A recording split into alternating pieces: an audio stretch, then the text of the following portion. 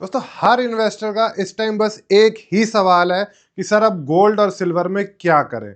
इस वीडियो में आपके साथ एक डिटेल डिस्कशन करने वाला हूं विद डाटा, कोई हाइप नहीं है, सारे रियल डाटा का एनालिसिस करेंगे। नमस्कार दोस्तों, राधे राधे। मेरा नाम है C Akash, I am SEBI registered research analyst. चलिए स्टार्ट करते हैं।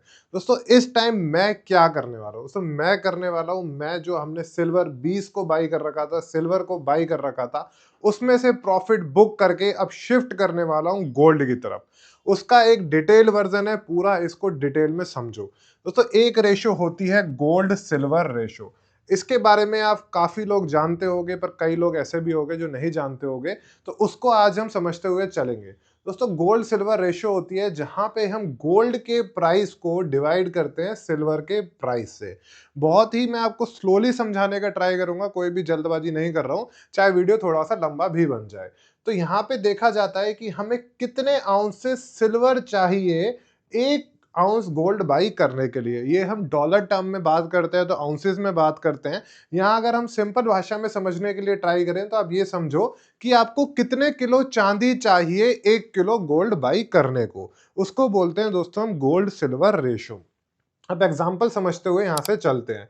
यहाँ पे आप देखोगे मैंने एग्जाम्पल माना है कि गोल्ड का रेट था $2000 पर आउंस, वहीं पे सिल्वर का रेट था $25 पर आउंस। तो यहाँ पे अगर आप 2000 को डिवाइड करोगे 25 से, तो यहाँ पे आपका निकल के आता है 80 का। तो इसका क्या मतलब हुआ, इसका मतलब हुआ 80 आउंसेस ऑफ सिल्वर चाहिए आपको 1 आउंस ऑफ गोल्ड को बाई करने के लिए। ये एक बहुत ही इंपॉर्टेंट रेशियो होती है। इसके बारे में अभी कोई डिस्कशन नहीं कर रहा है, पर आप देखोगे थोड़े टाइम में इसका डिस्कशन होना स्टार्ट हो जाएगा। चलो आगे बात करते हैं, ये रेशियो इंपॉर्टेंट क्यों है। दोस्तों जो बुलियन एक्सपर्ट्स होते हैं ना, वो उनको देखते हैं कि इसको ये एक रैंडम नंबर की तरफ नहीं देखते, ये हमें रिस्क एपेटाइट दिखाता है, इकोनॉमी में क्या स्ट्रेस चल रहा है, क्या मॉनेटरी पॉलिसी आगे आ सकती है, इन्फ्लेशन एक्सपेक्टेशन और वही इंडस्ट्रियल डिमांड साइकिल। इतनी सारी चीजें ये दिखाता हुआ चलता है इस चीज में। आगे बढ़ते हैं। यहाँ पे आप देखोगे मैंने एक एवरेज निकाली कि ये जो एवरेज होती है वो रेशो क्या रहती है। अभी मैं आपको लाइव में भी दिखाऊंगा कि अभी क्या चल रही है और जब हमने आपके साथ सिल्वर बाई करी थी जब वो रेशो क्या थी। देखो लॉन्ग टर्म में अगर आप एवरेज में देखते हो तो ये मोस्टली जो रेशियो रहती है दोस्तों रहती है 60 के आसपास। ठीक है, जो 60 होती है बिल्कुल ही एग्जैक्ट रेशियो होती है 55 60 65 की, जहां पे बिल्कुल ही अच्छा रेशियो चल रहा होता है। अब आगे देखते हैं, जब रेशो होती है when ratio is very high, यानी कि 80 से 120 की जो रेशो होती है, जब क्या होता है, जब दोस्तों माना जाता है कि जो सिल्वर है वो एक्सट्रीमली अंडर वैल्यूड है एंड वहां से सिल्वर एक अच्छी रैली दिखाने को तैयार है। अभी जब लाइव में दिखाऊंगा ना, जब आपको ये आंखें देखती रह जाएंगी कि इस वजह से हमने बाई किया था एंड एक वो भी मोटिव था सिल्वर में तेजी का। चलो अब 80 टू 120 हमें कब देखने को मिला था वो भी समझो। 1991 के रिसेशन के टाइम, 2008 में जब ग्लोबल फाइनेंशियल क्राइसिस हुआ था, आप सब लोगों को पता है, जब देखने को मिला था 85 टू 120 के बीच में। मार्च में जब कोविड क्रैश हुआ एंड अभी जब टाइटनिंग साइकिल चल रहा था, जब भी हमें वही देखने को मिला था। इस फेज में क्या होता है, इस फेज में बेस्ट टाइम होता है, best long term opportunity in silver. आगे बढ़ते हैं। इसके बाद जब रेशो दोस्तों ये बहुत कम हो जाती है, सिर्फ और सिर्फ 30 टू 40 हो जाती है, जब क्या होता है, जब होता है कि अब सिल्वर जो है दोस्तों वो ओवर हीटेड हो चुकी है। एक तरीके से आप बोल सकते हो यहाँ पे ओवर वैल्यूड हो चुकी है। वहां पे हमें देखने को क्या मिलता है, वहां पे मार्केट साइकोलॉजी होती है, हाई इन्फ्लेशन फियर हो जाता है और मोस्टली यहाँ पे हमें स्पेकुलेशन देखने को मिल रही होती है। जब इतना होता है तो इंडस्ट्रियल डिमांड भी काफी ज्यादा होती है। मोस्टली होता है स्पेकुलेशन और दूसरी होती है स्ट्रॉन्ग इंडस्ट्रियल डिमांड, जो कि हमें आज के टाइम में आप सब लोगों को पता ही है देखने को मिल ही रही है। स्पेकुलेशन सबको पता है, एक दिन में 8% ऊपर 10% ऊपर। आई थिंक सिल्वर किसी ने इतना नहीं देखा होगा, तो मोस्टली स्पेकुलेशन चल रहा है और वहीं पे स्ट्रॉन्ग इंडस्ट्रियल डिमांड तो आप सब लोगों को पता ही है कि ईवी आर्टिफिशियल डिमांड ये सब लोग आज बात कर रहे हैं। तो उससे बिल्कुल हटके एक चीज आज हम यहाँ पे समझ रहे हैं। चलो हिस्टोरिकली ये फेज दिखाता है कि अब हमें बुक प्रॉफिट कर लेना चाहिए सिल्वर में। ओके, बिल्कुल डाटा एनालिसिस चीज क्लियर करी है, ऐसा कुछ नहीं है कि अभी तक हमने कोई हाइप की बात करी हो। आगे मैं आपको यहाँ पे दो तीन चीजें और समझा देता हूँ जो आप चीजें समझने की हैं। यहाँ पे हमने समझा कि जब हाई जीएसआर यानी कि गोल्ड सिल्वर रेशियो 80 प्लस था, तब हमने सिल्वर को एक्यूमुलेट करना स्टार्ट करा। जब लो था तो हम शिफ्ट कर रहे हैं गोल्ड की तरफ, और जब 55 टू 60 चल रहा है तो दोनों को यहाँ पे होल्ड करना चाहिए। ये होती है रेशियो ट्रेडिंग। ये भी और भी चीजें हैं जो कि मैंने इसको और भी एक्सप्लेन करा है, जो आपको इसी वीडियो के सेकंड पार्ट में समझाऊंगा। लेकिन अब चलते हैं यहाँ पे लाइव की तरफ, वो आपको समझाना बहुत जरूरी है। अब देखो, आज के टाइम पे दोस्तों ये हैं मार्केट में लाइव रेट्स जो अभी चल रहे हैं। लेकिन हमने जो पहले बाइंग करी थी, अब वहां पे देखो हमने अराउंड अराउंड 18 नवंबर के आसपास एक बारी पोजीशन बनाई थी। तो मैं 18 नवंबर के यहाँ पे रेट निकाल के चलता हूँ। तो यहाँ पे आप देखोगे 18 नवंबर का क्लोजिंग है गोल्ड का अराउंड अराउंड 4080 का।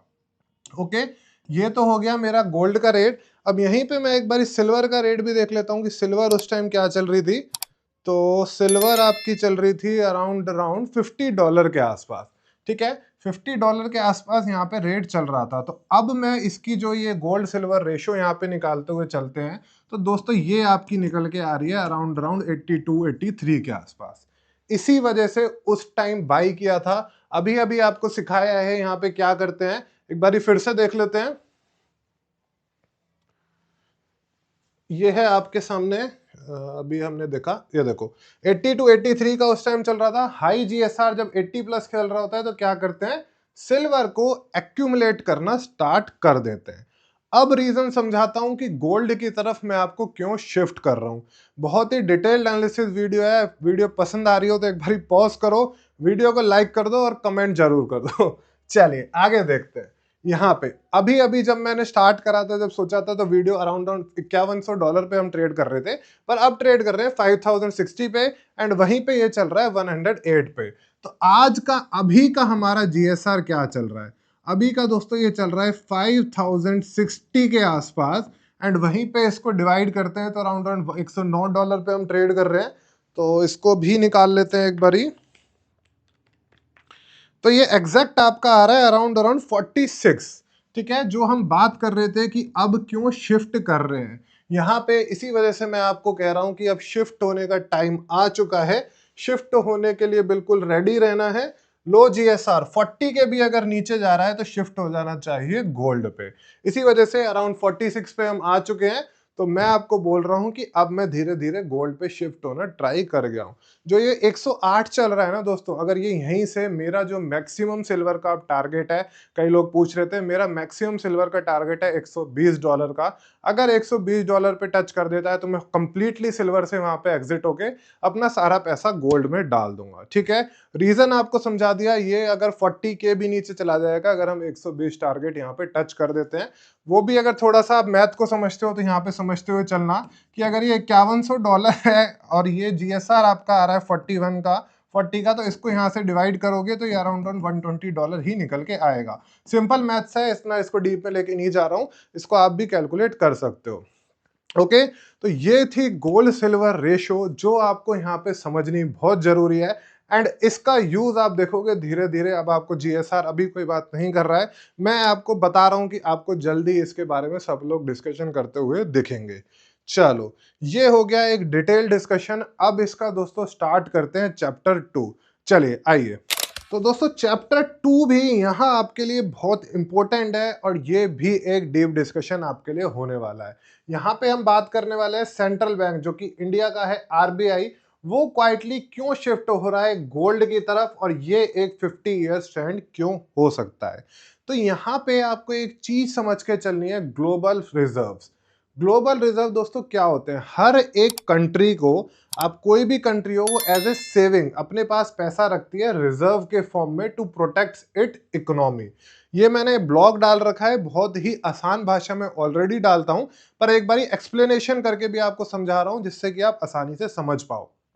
ठीक है, तो वो वहां पे सेविंग की तरह अपने पास रखती हैं, और वो सेविंग किस फॉर्म में रखी जाती है, एक फॉर्म में रखी जाती है यूएस डॉलर के फॉर्म में, एक रखी जाती है गोल्ड के फॉर्म में, या आप बोल सकते हो एक अदर करेंसी के फॉर्म में। अगर इसी को हम एक एग्जांपल लेके समझ लेते हैं, अब हमारी एक छोटी सी फैमिली होती है, फैमिली में कुछ हम सेविंग करते हुए चलते हैं, उसी में हम कुछ पैसा कैश में रख लेते हैं, कुछ गोल्ड में रख लेते हैं, कुछ फिक्स डिपॉजिट में रख लेते हैं। पर जब पूरी इकोनॉमी की आप बात करते हो तो इकोनॉमी के पास भी सेविंग होती है, वो भी रिजर्व रखती है, एंड वो यूएस डॉलर गोल्ड में अदर करेंसीज में अपना थोड़ा थोड़ा पैसा रखती है। ठीक है, फॉरेन रिजर्व्स आपको यहाँ पे क्लियर हो गए होंगे। अब बात करते हैं दोस्तों करंट सिचुएशन की, कि आज के टाइम में क्या चल रहा है। यहाँ पे आप देखोगे दोस्तों सिर्फ और सिर्फ 25% जो है ग्लोबल रिजर्व वो गोल्ड में है। इसको बहुत डिटेल में समझना, पहला चैप्टर तो इंपॉर्टेंट था ही, दूसरा उससे भी ज्यादा इंपॉर्टेंट है, क्योंकि सिर्फ 25% पैसा अभी कहाँ पे है, गोल्ड में है। लेकिन अगर आप बात करते हो पुरानी 1970-80 में, यहाँ पे 60 to 70% रिजर्व, जो टोटल रिजर्व्स होते हैं उसका 60 से 70% पैसा कहाँ रखा जाता था, गोल्ड में। यानी कि गोल्ड अभी भी अंडर वैल्यूड है स्टॉक्स में। अगर आप देखो सेंट्रल बैंक की तरफ से आपको दिख जाएगा कि अगर ये रिजर्व यहाँ से बढ़ना स्टार्ट होते हैं, सेंट्रल बैंक परचेज करना स्टार्ट होता है, तो गोल्ड में कितनी अपसाइड पोटेंशियल अब भी बाकी है। आगे बात करते हैं कि यूएस डॉलर के साथ दोस्तों क्या हुआ है। अब सब लोगों को पता ही है कि ट्रंप इस टाइम कितना पर्टिकुलर हुए पड़े हैं टैरिफ्स को लेके, ये लेके। तो हर कोई कंट्री यही चाह रही है कि वो यूएस डॉलर पे बहुत ज्यादा डिपेंडेंट ना हो, वो गोल्ड की तरफ बढ़ने का ट्राई कर रहे हैं, चाइना से कर रहे हैं, ये सब बात हम पहले कर चुके हैं। लेकिन अब यहाँ पे समझो क्या हो रहा है। Even dollar was only 20% of global reserve, earlier जो था सिर्फ 20% था। पर 2000s में क्या हुआ, डॉलर बन गया इंडिया का 60% ऑफ ग्लोबल रिजर्व्स। अब ट्रम्प जब ये चीजें कर रहे हैं तो डॉलर भी फॉलिंग हो रहा है, एंड कंट्री जो है वो चाहती हैं कि वो डिपेंडेंसी यूएस डॉलर के ऊपर कम करे, जिसकी बात मैंने अभी आपके साथ करी। कंट्रीज चाह रही हैं कि वो यूएस डॉलर पे अपनी डिपेंडेंसी यहाँ पे कम करें।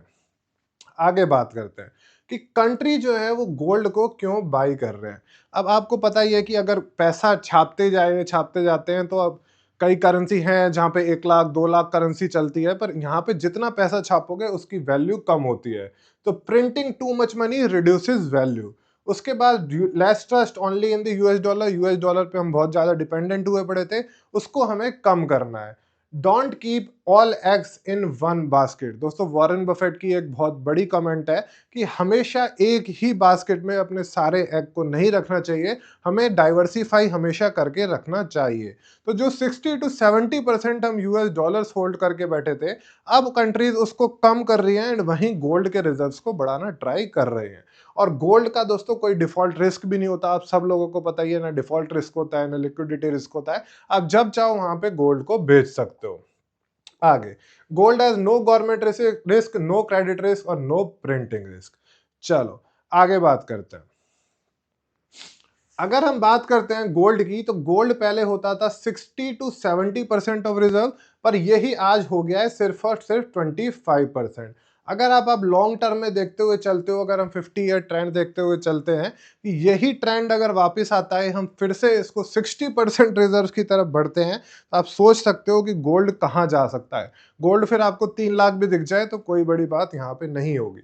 आगे, why gold can even from $5,000, जो अभी आप $5,000 पे टच कर रहे हो, उसके भी ऊपर क्यों जा सकता है। अभी आपको गोल्ड एक्सपेंसिव लगता होगा, बिल्कुल लगता होगा, पर सेंट्रल बैंक दोस्तों कभी भी ट्रेडिंग के लिए नहीं खरीदते कि आज खरीदा कल बेच दिया। वो रिजर्व्स के लिए, लॉन्ग टर्म रिजर्व्स के लिए इसको खरीदते हुए चलते हैं। They buy for safety and reserve. If many countries start buying together, supply can't match demand. अगर सारी कंट्रीज ने ऐसे ही रिजर्व्स में गोल्ड को रखना स्टार्ट कर दिया, चाइना ऑलरेडी कर रहा है, इंडिया ऑलरेडी कर रहा है, दो मेडी कंट्री हैं, मेजर कंट्रीज हैं, ये ऑलरेडी कर रही हैं, तो डिमांड मैच नहीं हो पाएगी सप्लाई से। और जब डिमांड ही मैच नहीं होगी तो गोल्ड हायर जाएगा ही। Price can break all previous ceiling. I hope ये आप समझ चुके होंगे। ये था पूरा दोस्तों, दो चीजें हमने समझी और दोनों ही बहुत इंपॉर्टेंट टॉपिक है। आई थिंक ये मेरी आज तक की हो सकता है सबसे बड़ी वीडियो हो, पर ये मेरे लिए काफी डिटेल्ड एनालिसिस वीडियो थी। मैंने आपको बोला था कि मैं एक डिटेल्ड एनालिसिस वीडियो आपके लिए लाने वाला हूँ। तो अगर ये वीडियो पसंद आई हो, बहुत मेहनत लगी है इसकी एनालिसिस करने में, ब्लॉग भी मैंने डाल दिए हैं यूट्यूब में, आपको यूट्यूब के कमेंट्स, पिंड कमेंट में आपको मिल जाएगा, एक बारी वो भी आप जरूर देख लेना। चलिए दोस्तों, मिलते हैं आपको नेक्स्ट वीडियो में। हमेशा की तरह आज फिर कहूंगा, कमेंट में लिखना कि हम सब मिलकर सीखेंगे, मिलकर कमाएंगे। धन्यवाद।